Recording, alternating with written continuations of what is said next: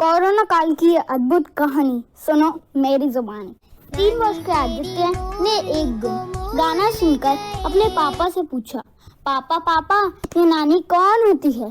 पापा ने समझाया, मम्मी की मम्मी को नानी कहते। यूँ तो नाना नानी से महीने में एक आधा बार फोन पर बात हो जाती थी, पर आदित्य की 12 वर्षीय बहन अदिति ने दिसंबर से ही बता रखा था कि इस बार गर्मियों की छुट्टी में नानी के घर जाएंगे। आदित्य कभी अपने नानी के घर नहीं गया था।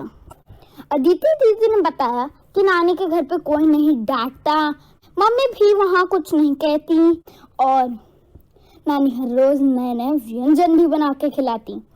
नाना जी भी सुबह शाम गार्डन लेके जाते, मामा मामी भी खूब प्यार करते। वहाँ खूब सारे छोटे बड़े भाई बहन भी हैं जिनके साथ लूडो, सांप सीढ़ी, व्यापार, कैरम, क्रिकेट आदि घंटों तक खेल के समय कब उड़ जाता है पता भी नहीं चलता। हर वर्ष अदिति की मम्मी बच्चों को लेकर कलकत्ता जाती, पर पिछले 2-3 वर्षों से नहीं जा पा रहे थे। पर इस वर्ष सब तय था, इसलिए ही जनवरी में ही समय रहते अप्रैल का कलकत्ता जाने का रिजर्वेशन करवा लिया। आदित्य और उसकी दीदी बहुत खुश थे, परंतु मार्च के अंतिम हफ्ते में कोरोना शब्द सुनकर सब डरे हुए थे। पापा की दुकान, बच्चों का स्कूल, मम्मी का मंदिर सब बंद हो गया। बच्चे बहुत खुश थे क्योंकि पापा मम्मी अब पूरे टाइम घर पे लूडो, सांप सीढ़ी, कैरम, ताश सभी खेल खूब खेलते।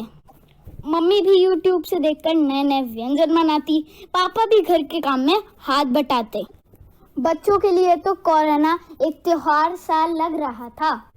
इस सब के बीच आदित्य ने दीदी से पूछा, क्या इससे भी ज्यादा मजे आते हैं नानी के घर?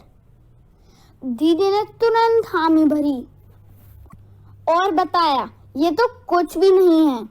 आदित्य नानी के घर जाने की जिद करने लगा। पापा मम्मी भी रोज समझाते, लॉकडाउन खुलते ही नानी के घर गए, परंतु स्थितियां पूरे विश्व में खराब हो गई। जो कोरोना त्योहार सा लग रहा था, अब उसकी वास्तविक तस्वीर सामने आने लगी। गर्मियों में नानी के घर जाने का सपना टूट सा गया था। इस सब के बीच अदिति की ऑनलाइन क्लासेस भी स्टार्ट हो गई थी। क्लास में बहुत से बच्चे और टीचर को देख अदिति के मन में चलती क्लास में आया कि क्यों ना परिवारजन भी क्लास की तरह एकत्रित हो जाए। मामा मामी और उनके बच्चों की सहायता से पारिवारिक मीटिंग का आयोजन हो पाया।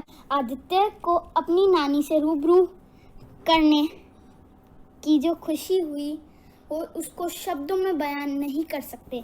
आज ऑनलाइन ही सही, आदित्य अपनी मम्मी की मम्मी से मिला और उन्हें सबसे पहले वही गाना सुनाया, नानी तेरी मोरनी को मोड़ ले गए, और पूछा, नानी तुम्हारी मोरनी को चोर क्यों ले गए थे? सभी लोग खिलखिला उठे। वो नानी जो टच स्क्रीन वाले मोबाइल को हाथ में लेने से बचती, आज बहुत खुश थी ऑनलाइन होकर।